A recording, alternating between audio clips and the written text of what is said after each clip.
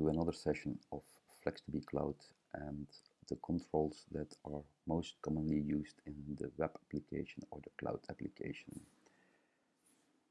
First of all, start up your favorite browser and type in the address bar the URL to go to the Flex2B Cloud application.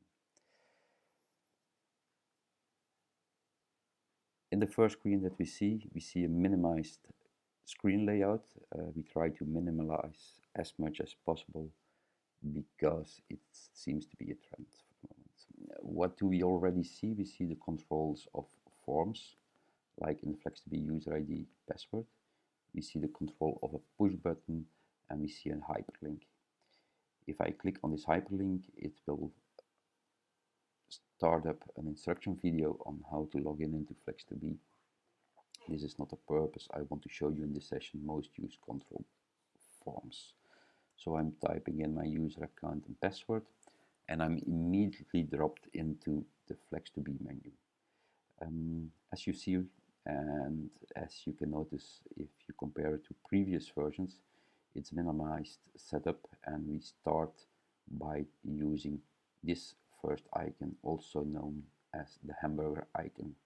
Behind this icon you can see many other modules which are building the functionality of Flex2B. On top we see the first 5 buttons, which are search buttons per record to search for a certain value. If we don't know it, we can always use a prompt list by clicking on that prompt button. We can clear the screen to start all over again. We can clear all, which is typically known as a header and detail construction. We can save the things which are on our screen, and depending on the properties as we have defined it, it will save and post you in a new form to start adding new articles, or it can keep the current saved item on the screen, and trash can of course will say that we can delete the record if it all meets the business rules of Flex2B.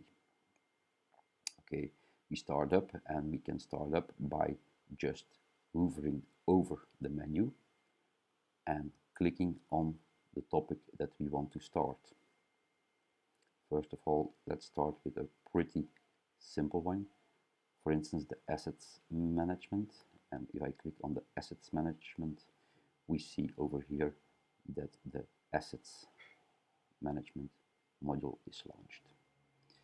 The first one is a form, and in this form you have the search button, which is also repeated on top. You click on the search button, you get a production order list. You can select whatever production order that we want to. You can select it, push OK, and it comes on the screen. So this PO number 1041 has 4 stock units underneath of it, and over there we can start assigning things. We can simply say, okay, I want to assign a certain container, and let's say someone gave me the number. I just typed in miscellaneous number. I say assigned to marked, and over on top you see that the 4 grids are assigned. You can manually select or tag or untag one. You can untag all or tag all records. So now they're all tagged. Let's say I don't want to see it on the number 3. So I click on the 3, I exit a line, and I want to assign the containers. Click on the push button over here, and we see in the screen immediately that those 3 stock units were assigned to a certain container. Let's go to a next control, and let's open another view for that one. And let's say that we want to open the simple stock unit inquiry. It's one of my favorites, and over there you see many other controls popping up.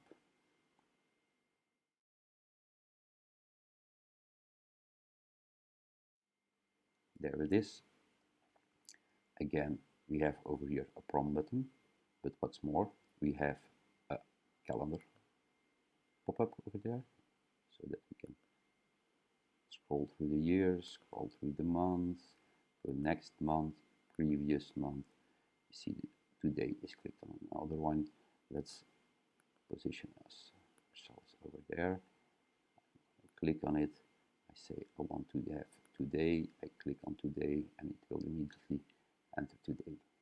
Very fast, very easy, and adapted to your local settings of your browser, of course. Next to that, we have checkboxes. Checkboxes can be ticked on or ticked off.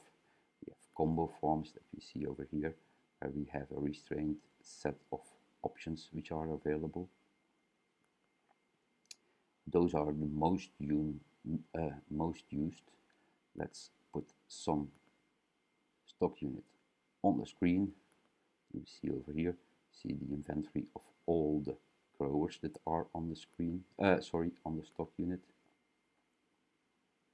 Here we have 2 growers on the stock unit, and we can also take a closer look at all the